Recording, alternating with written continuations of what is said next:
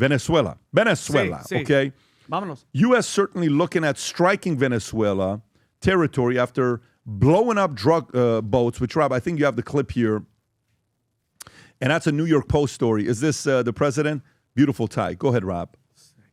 The next step in this war on cartels, and are you considering options, are you considering strikes on land? Well, I don't want to tell you exactly, but we are certainly looking at land now because we've got the sea very well under control.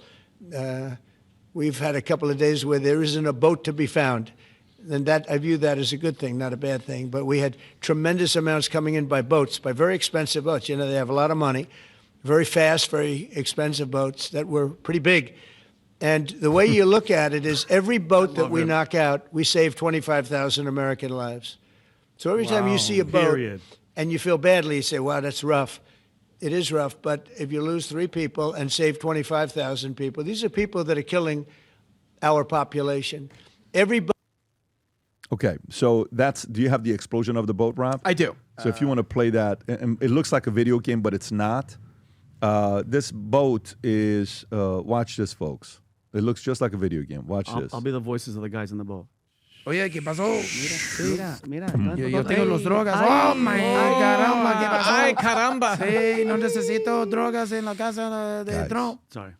They were about to deliver some much? supplies to people. Yeah, how You much? guys are So Tony Montana. 25,000. Like how many? Okay. Yeah. So that's that, right? Okay. Now, while that's happening, America's nuclear bombers spotted on mission over Venezuela as conflict escalates. Oh, my God. Okay? Again, folks, nuclear bombers. Watch this. Prepárese, papá. Mira your papá.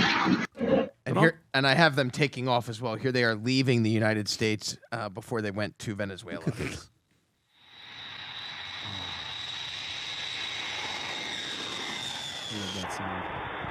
Look at Imagine that. this. Now look at the size of So, that thing. a trio Oh my. of U.S. 52 bombers, okay, Stratofortress bombers was spotted flying near Venezuela's airspace, and what some analysts are calling a bold display of military power.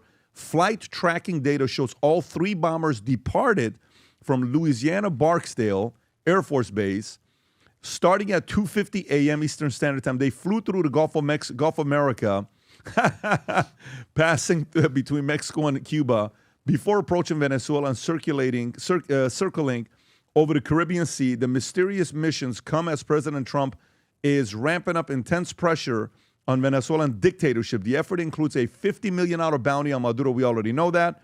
And then while they're doing this, the U.S. strikes another vessel of Venezuela, killing 6. And then on top of that, Trump confers CIA authorization in Venezuela after U.S. strikes on alleged drug boats. Tom, your thoughts on this? Well, first of all, you have all these people saying, oh my gosh, those boats are international waters. There's some international law. There's due process. You can't be doing this. And, these drug boats disappear. And then Trump does some math for him and explains it. Here's what's happening. So he's like, okay, well, where do those boats come from? Ports. And what's at the ports? Docks. Really? Where are the ports and docks? They're right here by the dirt. What's that dirt? Venezuela's coast. Which way do you want it? Right? He's saying, I'm going to go get these drug lords. Which way do you want it? Do you want this boat loaded with stuff just sink to the bottom of the, Caribbean and give a bunch of, whale sharks a buzz for an afternoon? Do you want that? Or do you want him to come all the way over this way? And that's what's going on. The other thing that's going on is this is a multi-point trolling. Yep. He's blowing up the boats. The planes flew over, and there's nothing they can do about it. And he's saying, well, the drug boats, we may have to go on land. There's docks and ports there. Maybe blow those up. He's basically lining it up and putting such a pinch on them. And then the creme de la creme, the cherry on the sundae, well, we also got the CIA, which basically tells people that there's American spies in bad little groups that are actually probably inside Venezuela with their own rebel groups pointing them at Maduro. So now they're like, okay, they're blowing up the boats. They're coming for the docks. They could be coming on shore. They're flying overhead. And CIA guys are helping our rebels get ready to come after our president. This is just, he's trolling and he's slowly squeezing. And at the end of the day, Maduro is going to be done. Whether there's an election and he steps aside, or he goes to exile, or he has a sudden case of lead poisoning, as they say in the mob.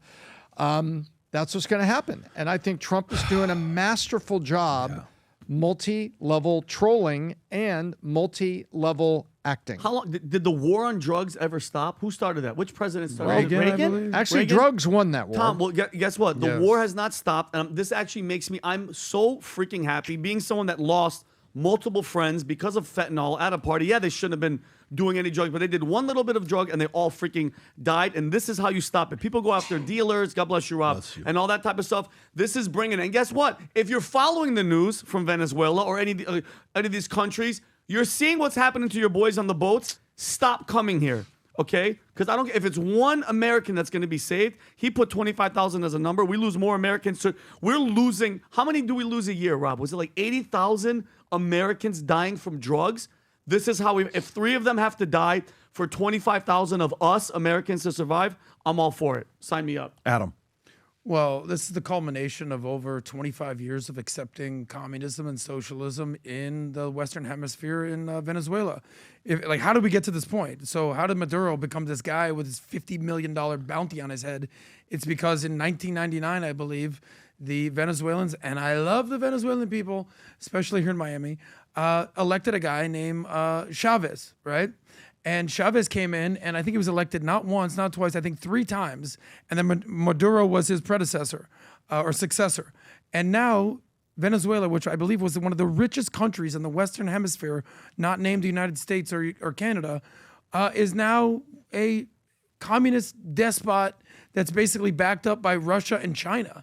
So we've seen what socialism and communism has done to Venezuela. Second point, what Trump is basically trying to do is he's sort of implementing the old Monroe Doctrine, I think in 1820s when President Monroe said, listen, stay out of the Western Hemisphere, we'll stay out of Europe at that time. Now it's basically a message to China and Russia, stay out of our hemisphere. So we see what's going on with Venezuela. We obviously know what happened in Cuba. We're seeing what's going on with your favorite thing to talk about, PBD, which is the Panama Canal with China. And we're saying, listen, we're not going to play this game. Stay out of our lane. And they're implementing economic sanctions on Venezuela. Obviously, they're doing military pressure, blowing up boats. They put a $50 million bounty on his head. And the last piece of the puzzle is Venezuela had the Nobel Peace Prize, the winner. What was her name? Maria Machado. Yeah. So who'd she give it to? To Trump.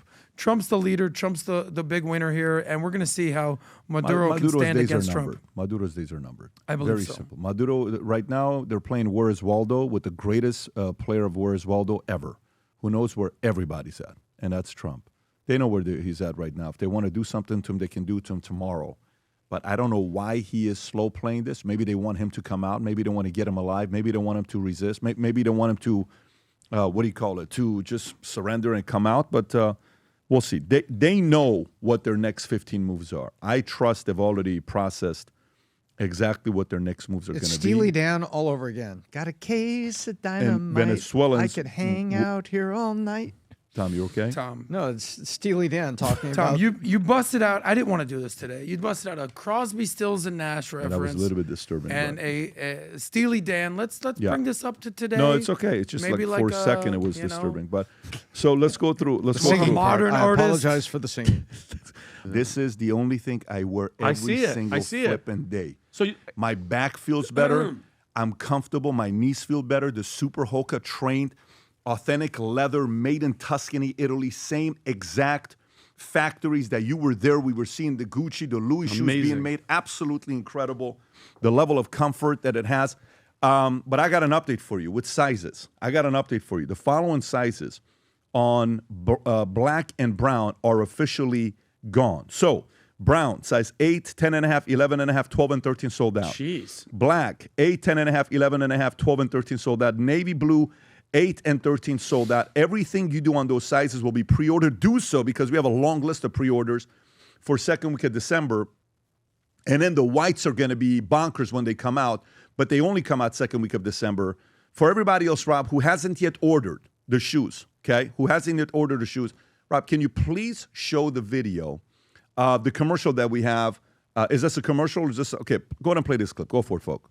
When we set out to create a shoe that blends comfort, function, and luxury, we had the choice to make it fast. We had the choice to make it cheap. We chose neither. Instead, we chose Tuscanero. We chose true Italian craftsmanship, each pair touched by 50 skilled hands. We chose patience, spending 2 years perfecting every detail, and we chose the finest quality at every step. Introducing the Future Looks Bright collection. Not rushed, not disposable, not ordinary.